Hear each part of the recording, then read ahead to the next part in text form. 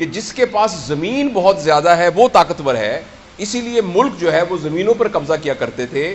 اس کے بعد جب مشینیں آئیں تو یہ پتہ لگا نہیں، جس کے پاس انڈسٹری زیادہ ہے وہ طاقتور ہے.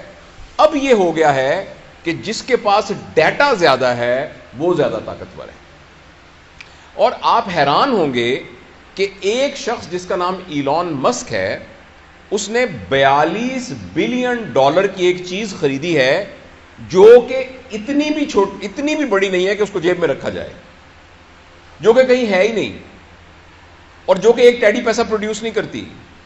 اور اس چیز کا نام ہے ٹویٹر، جو کہ $42 بلین کا لیا گیا. دنیا کے 140 ملکوں میں سے 70 کے قریب ایسے ملک ہیں جن کا بجٹ $42 بلین سے کم ہے، اور اتنے کی کسی شخص نے ایک چیز خریدی ہے جو کہ ہوا میں ایگزسٹ ہی نہیں کرتی.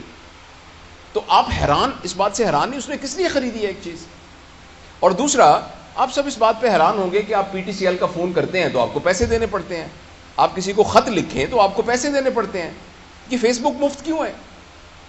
یہ واٹس ایپ کے اوپر ویڈیو کالز مفت کیوں ہیں؟ یہ آپ ہزاروں تصویریں بھیجیں، یہ مفت کیوں ہیں؟ اور جس بندے نے واٹس ایپ بنایا اس کے بلینز آف ڈالر خرچ ہوئے ہوئے، وہ پاگل ہے کہ ہم سب کو مفت دے رہا ہے. فیس بک مفت کیوں؟ اس لیے کہ اس بھٹی کا ایندھن میں اور آپ ہیں. میں اور آپ ان کو ڈیٹا پرووائڈ کر رہے ہیں ہر انڈیویجول کا، اور یہ ڈیٹا کیومولیٹ ہے. صرف ڈیٹا سے کچھ نہیں ہوتا، ساتھ ایک پیرالل جو کمپیوٹنگ پاور ہے وہ اتنی انٹینس ہو چکی ہے کہ جس کے نتیجے میں آرٹیفیشل انٹیلیجنس کی وجہ سے آپ کی ایک ایک بات ہر فرد کی ڈیٹا کی شکل کے اندر لوگوں کے پاس موجود ہے. اور جس کے پاس ڈیٹا زیادہ ہے اب وہ اس دنیا کو رول کرے گا. گوگل نام کی ایک کمپنی دنیا کے بہت زیادہ ملکوں سے زیادہ امیر ہے، اور گوگل کوئی ایک ٹچ بٹن، ایک سوئی، ایک دھاگا نہیں بناتی. پھر وہ دنیا کی کیوں امیر کمپنی ہے؟ اس لیے کہ اس کے پاس سب کچھ ڈیٹا ہے. لہٰذا پہلے جب انسان ایک ڈیوائن گائیڈنس کے ذریعے اپنی زندگی گزارتا تھا، پھر اس کے ذہن میں آیا کہ جو مجھے اچھا لگتا ہے میں نے ویسے زندگی گزارنی ہے. ابھی کچھ عرصے کے بعد ہمارے ہاتھ سے یہ پاور جانے والی ہے. اب الگوریدمز ڈیسائیڈ کریں گے کہ ہم نے کیا کرنا ہے. میں ملتان میں رہا ہوں بہت عرصہ، میں ابھی بھی ملتان میں جاتا ہوں تو مجھے گوگل میپ کھولنا پڑتا ہے ورنہ میں وہاں پہنچ نہیں سکتا. اسی طریقے سے کچھ عرصے کے بعد آپ نے کیا کھانا ہے اس کا فیصلہ فوڈ پانڈا کرے گا.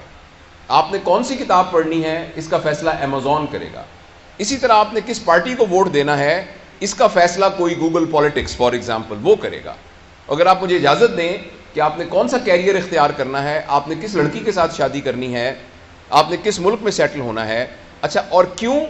اس لیے کہ اس سے پہلے آپ کو جاننے کی ذمہ داری آپ کی اپنی تھی، اور ہر شخص کی اپنی ذمہ داری تھی کہ وہ اپنے آپ کو جانے اور اپنے لیے جو بہتر ہے اس کا فیصلہ کر سکے. لیکن اب آپ کے اور میرے ساتھ کمپٹیشن ہے الگوریدمز کا اور ڈیٹا کا، اور اس الگوریدم اور اس ڈیٹا کے مقابلے میں یہ ہم سے جیت جائے گا.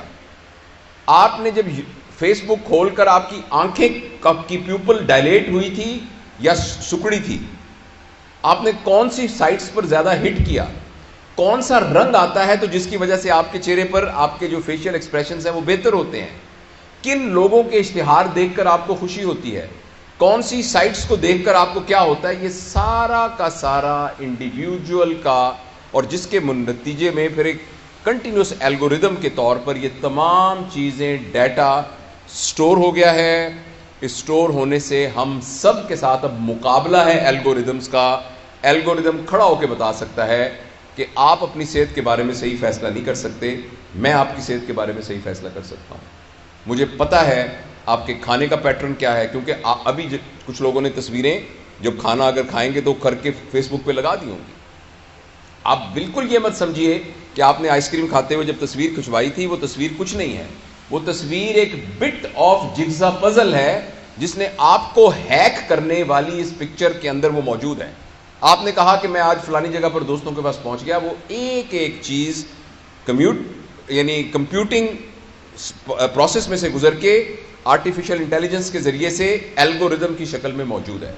اور کچھ عرصے کے بعد میں اور آپ اس قدر مجبور ہو جائیں گے کہ ہم الگوریدم کے غلام بن جائیں گے. یہ بات فکشن نہیں ہے. میں آپ کے ساتھ یہ بات بہت سیریسلی شیئر کرنا چاہتا ہوں. اگر اس سلسلے میں ہم نے فوری طور پر کچھ نہ کیا اور آپ سے میں بات اس لیے کر رہا ہوں کہ آپ پوٹینشیل پیرنٹس ہیں. جو لوگ 30 سال کے، 40 سال کے، 50 سال کے یا میری عمر کے، سر کی عمر کے ہو گئے ہیں، ہم سب پتھروں کی سلیں بن چکی ہیں. ہمارے اندر سے نیا مجسمہ تلاش کرنا بہت مشکل ہے. ہاں ہو سکتا ہے بہت ہماری رگڑائی کی جائے تو اندر سے مجسمہ تو ہر پتھر میں موجود ہوتا ہے، لیکن آپ وہ ہیں، آپ کے بارے میں بھی ابھی پریشانی ہے، کیونکہ اس ایج میں آپ کے آئیڈیاز بھی فکس ہو چکے ہیں، آپ کی ہیبٹس بھی. لیکن ایٹ لیسٹ ہم آپ کے اوپر یہ انویسٹ کر سکتے ہیں کہ جب آپ پیرنٹس بنیں گے اور آپ کی گود میں اللہ تعالیٰ اپنا شاہکار دے گا تو آپ کم از کم ان بچوں کی پیرنٹنگ کے اندر اس بات کو ذہن میں رکھیں گے